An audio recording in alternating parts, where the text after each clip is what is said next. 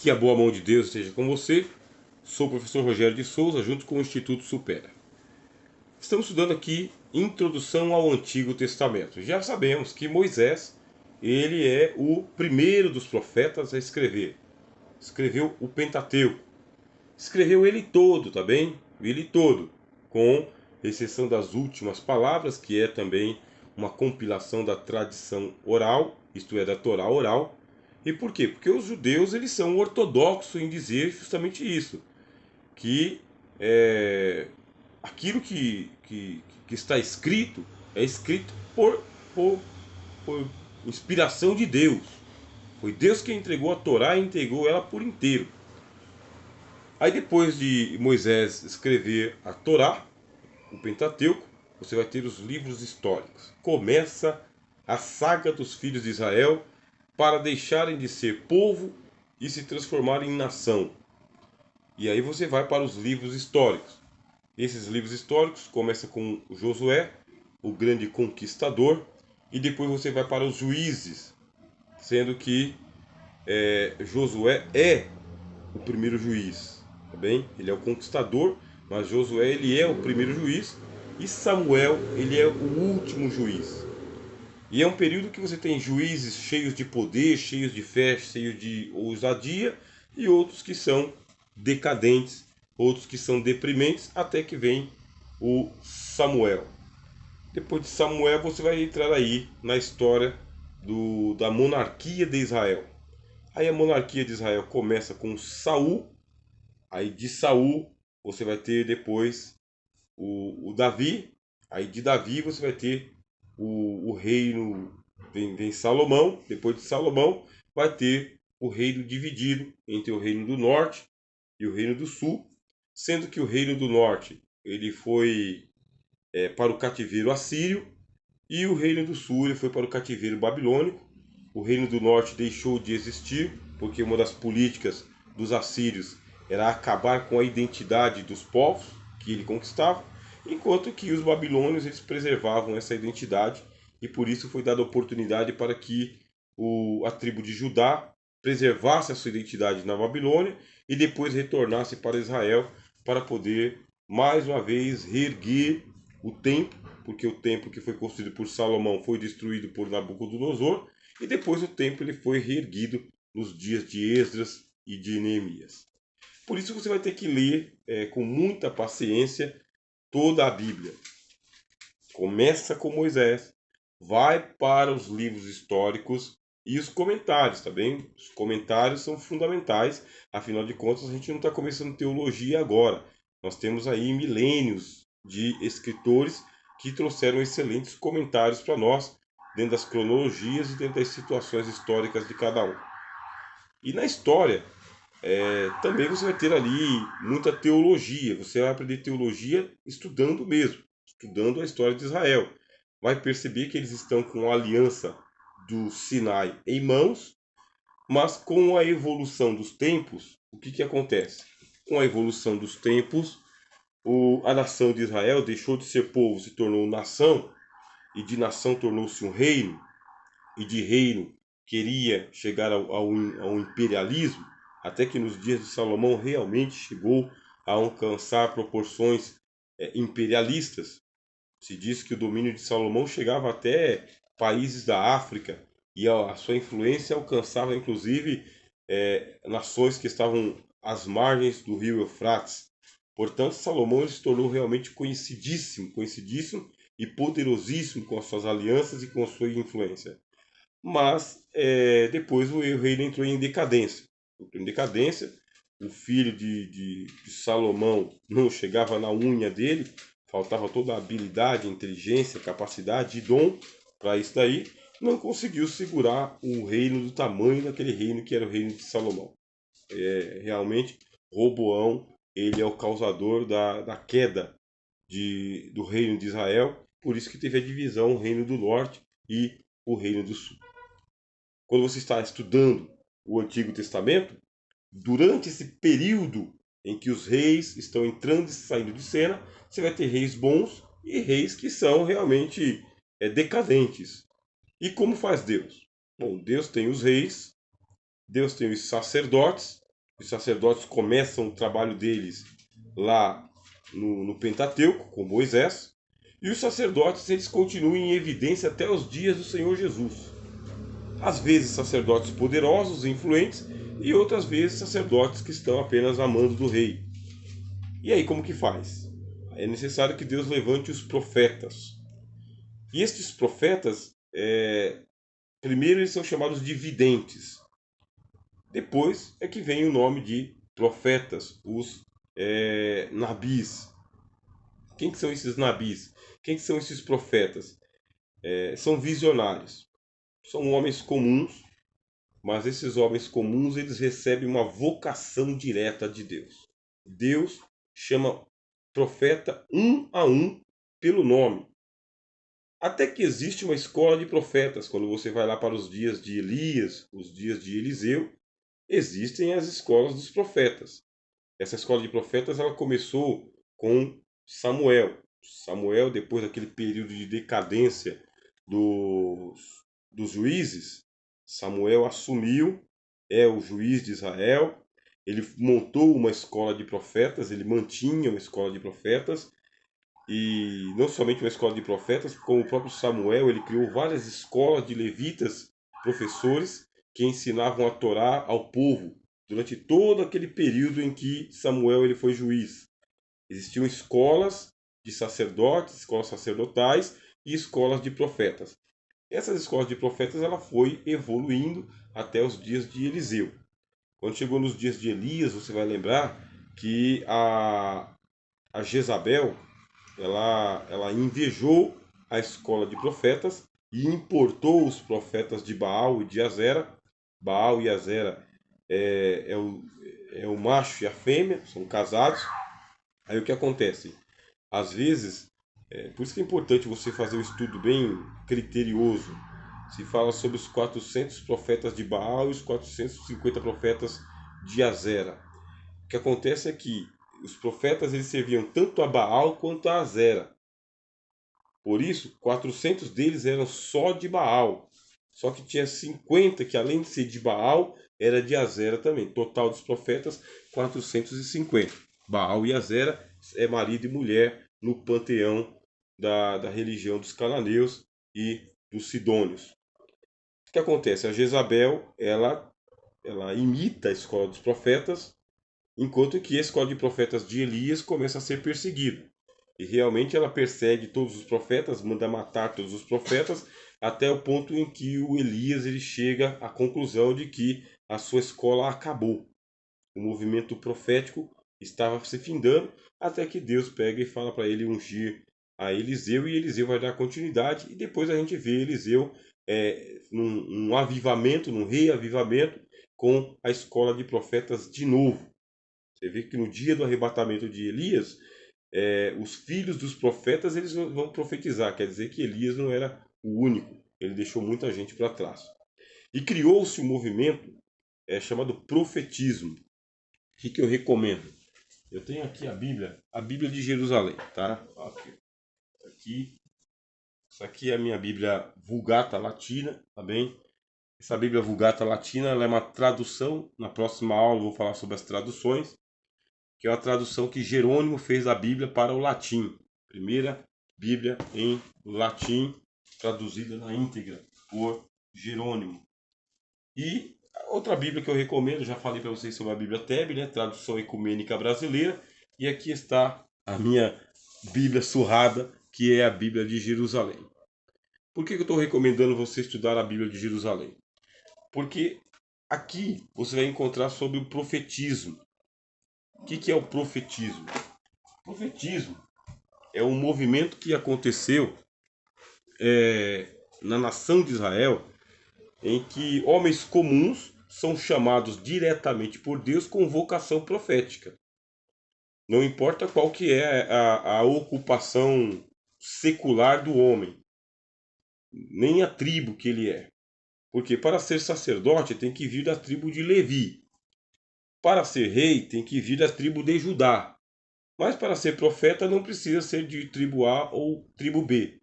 Deus pode levantar o profeta de qualquer tribo, e tem profeta que a gente não sabe nem de que tribo que ele é, porque não é relevante. profetas eles são chamados de cristãos antes de Cristo, ou protocristãos. Por quê? Porque a mensagem dos profetas, por isso você vai ter que, quando você puder, você compra a Bíblia de Jerusalém e estuda sobre profetismo.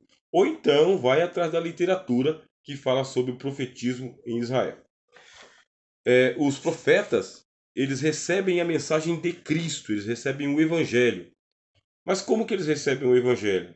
Criptografado. É o chamado proto-evangelho. Proto-evangelho porque o Evangelho não foi pregado ainda pelos apóstolos, mas ele vai ser pregado pelos profetas. Mas não numa linguagem evangélica, vai ser pregado numa linguagem profética, portanto, cheia de enigmas, cheia de segredos, ou, como diz o autor aos Hebreus, maneira de sombras, sabe? Maneira figurada. Ai, no meio da gravação a gente tem uma crise de espirro, só graça, né? Então, o que acontece? Os profetas do Antigo Testamento, eles não precisam ser da tribo de Judá ou da tribo de Levi, podem ser de qualquer tribo, podem pertencer à escola dos profetas ou não, como Amós. Amós mesmo diz, eu não tenho nenhuma ligação com a escola dos profetas, nem a minha família. Meu pai, minha família, nunca teve profeta. Até que Deus mandou eu profetizar. Aí Deus mandou profetizar e é aquele negócio. Se o leão der um bramido, você não vai temer. Se o Senhor mandar você profetizar, você não profetiza. Aí vão surgir os profetas. E eles estão ali no palácio, sabe? Eles estão sempre falando com os reis, mas não é falando, é profetizando com uma autoridade de Deus. E na nossa cultura, a gente não dá muito peso para a figura de um profeta, por causa que os falsos profetas fizeram o trabalho deles muito bem, e aí a gente não consegue acreditar na palavra da profecia das pessoas, porque está se vendendo profecia à torto e à direito. Mas, naquela cultura antiga, entre os gregos, por exemplo, os gregos eles tinham os aedos. Quem são os aedos? São os poetas. E os poetas entre os gregos, eles falavam também de uma forma oracular. Quer dizer, o oráculo de um aedo, o canto de um aedo, não era para ser entendido facilmente, não era uma música para vender, para você baixar na sua playlist. O aedo ele tinha um canto que era um canto poético, aonde ele trazia um segredo, um enigma. E entre os gregos eles eram muito temidos. Um aedo ele era temido, um poeta era temido. A mesma coisa acontecia com os sacerdotes. Os sacerdotes, quando falavam em nome dos seus deuses, eram temidos também, porque se eles jogassem uma bênção, o fiel estava abençoado. Mas se eles fizessem alguma coisa errada e o sacerdote imprecasse uma maldição, acabou. A vida acabou. Isso aí é a cultura dos povos antigos. E algo semelhante acontece com os videntes e com os profetas. Ninguém se levanta para dizer eu sou profeta em nome do Senhor, e se não acontecer o que ele disse ali, vai ficar impune. Não. Levantou-se para dizer uma profecia, todo mundo tem o devido respeito e o temor. Só que a profecia tem que se cumprir. Porque se a profecia não se cumpre, é um falso profeta. Neste caso, ele fica desonrado diante da sociedade e ele é denunciado também. Ele é denunciado e ele é punido. Quer dizer, não é qualquer um que se apresenta como profeta. E você tem essa turma de profetas lá no Antigo Testamento que entra e sai do palácio com muita autoridade para falar em nome do Senhor. E alguns desses profetas eles são agiógrafos, significa, são profetas escritores. E outros não, como Elias. Elias não tem nada escrito, mas Elias ele é um profeta carismático. O que significa profeta carismático? Dons se manifestam, sinais se manifestam. Agora, Moisés já tem os dois ministérios. Moisés, tanto ele escreve, é um profeta escritor, quanto Moisés ele tem sinais na vida dele também. Já o Elias tem os sinais, mas não deixa nada escrito para nós. Agora, o Samuel. Samuel ele era sacerdote. Samuel ele era profeta. E Samuel, ele era juiz. Quer dizer, você pode ser chamado para profeta, mas você pode ser um sacerdote, que é o caso de Ezequiel. Ezequiel, ele era sacerdote, sendo da tribo de Levi, e era profeta também. Ele não era um profeta de sinais. Ezequiel não fazia sinais, mas ele era um visionário, um vidente. Ele tinha visões. E as visões de Ezequiel são estonteantes, são mirabolantes. Quer dizer, ele viu querubins, ele viu o trono de Deus, ele viu o novo templo, o templo celestial. Ele era transportado entre Babilônia e Jerusalém, quer dizer que ele era teleportado. Ele passava pela fissura do tempo, quer dizer que ele era transportado para tempos e tempos. Agora você vai ter um profeta como Isaías. O Isaías, ele é um escritor e um pregador exímio. E também ele profetiza sinais. Os sinais de Isaías são poucos, mas ele profetiza sinais também. E você vai ter profetas como Zacarias, que é um visionário e um escritor também. Você vai ter profetas como Naum, Ageu, Amós, Obadias, Jonas. Jonas não fez nenhum milagre, mas o que ele disse foi referenciado pelo Senhor Jesus 2 vezes, porque tinha profeta que ele era sombra de Cristo. Sombra de Cristo quer dizer então que ele está apontando diretamente para o Senhor Jesus. E estes homens, apesar de eles terem toda essa evidência no Antigo Testamento, também são homens frustrados. Frustrados por quê? Porque nos dias deles eles profetizaram, as pessoas temiam, mas não acreditavam. Temiam, mas não cumpriam. Quer dizer, um ministério totalmente assim infrutífero do ponto de vista da conversão dos reis ou do povo. Nem o povo eles conseguiram converter e nem os reis eles conseguiram converter. Eles profetizavam, entregavam a mensagem, faziam sinais, traziam ameaças. A palavra deles se cumpria, mas o povo não se convertia. Alguns deles eram profetas a vida inteira, outros não, eram profetas só em algumas situações e circunstâncias. Alguns eram sinais, por exemplo, Oséias. Oséias ele recebe da parte de Deus assim um ministério extremamente assim angustiante. Ele precisa se casar com a mulher do meretrício, ele se apaixona pela mulher do meretrício, tem filhos desta mulher e ela nunca se apaixona por ele. Ela é sempre uma meretriz e ela o abandona e ela volta para a sua vida de meretrício e o Oséias tem que ir lá e pagar a dívida que ela tem e trazer ela de volta, mesmo assim ela não é agradecida a ele, para representar a infidelidade de Israel e o amor de Deus. Quer dizer, por isso que a história bíblica ela precisa da inspiração de Deus para ser escrita, e você que é o estudioso, estudante, você precisa da iluminação de Deus. Iluminação é o segundo termo teológico que a gente utiliza aqui. Segundo termo. Uma coisa é a inspiração é só para o escrito, é só para o profeta, e nós que vamos estudar a Bíblia, nós precisamos de iluminação. Deus precisa iluminar os olhos do nosso entendimento, do contrário, a Bíblia permanece um livro selado, um livro fechado. Precisa se depender exclusivamente de Deus para entender o que significam essas histórias. Senão é um livro fantástico. Você imaginar o mar vermelho se abrindo. O que fazem os racionalistas? Os racionalistas dizem que nem era mar vermelho, é chamado mar de juncos. O mar não era vermelho, não era um mar, era um braço na península do Sinai, e que os números são fantásticos, não dá para passar 600 mil pessoas por um braço de mar. Os racionalistas vão dizer, o conto ele é mitológico. E esse que é o desafio da chamada crítica textual. Crítica textual é uma das ciências teológicas que estuda os textos e procura trabalhar os textos de uma maneira científica, não de uma maneira piedosa, não levando em consideração a tradição da fé, mas sim como que o texto foi escrito. Você lembra que eu falei para você ler aquele livro lá, como a Bíblia tornou-se um livro? Muito bem, é ali que você vai encontrar a crítica textual. Nós, do Instituto Supera, apresentamos a Bíblia como a palavra de Deus, inspirada plenária e verbalmente. E para se entender esse livro sagrado, precisa se entrar na piedade das Escrituras.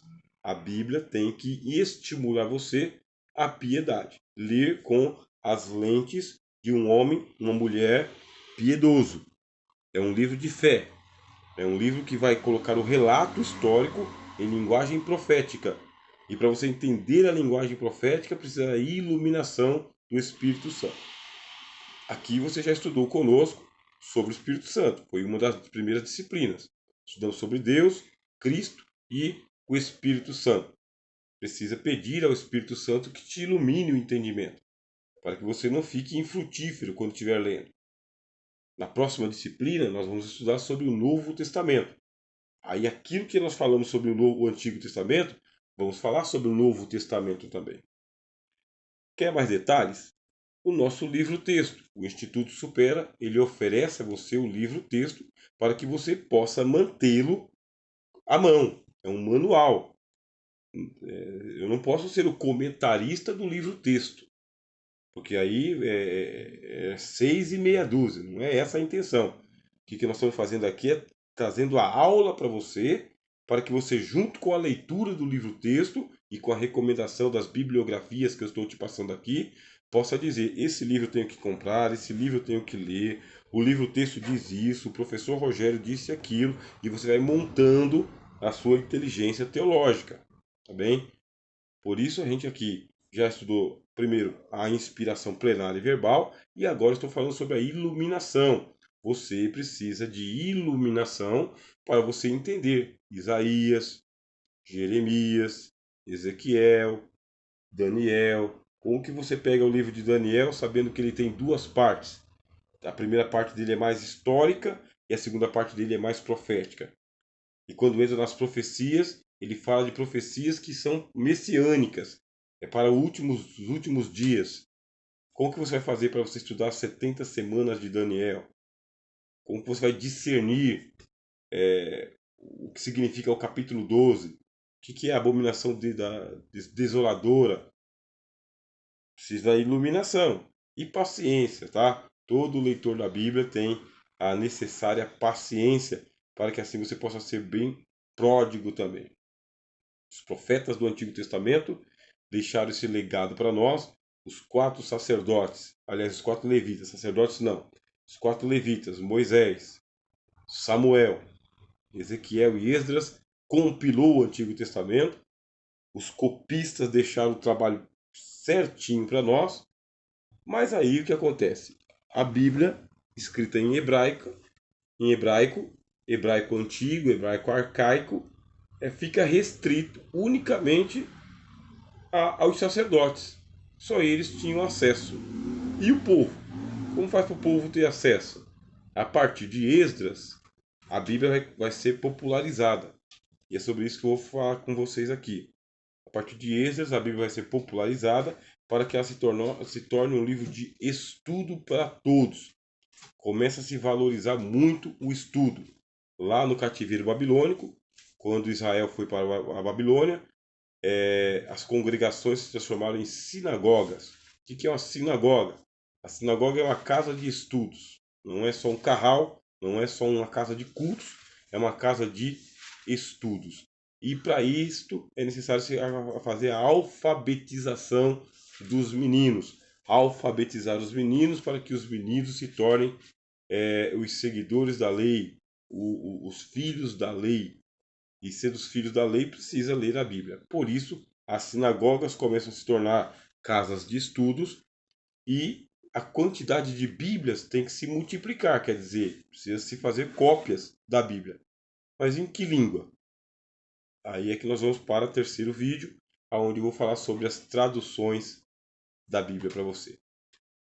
Bom, sou o professor Rogério de Souza, junto com o Instituto Supera, e aqui é a sua disciplina sobre Introdução ao Antigo Testamento.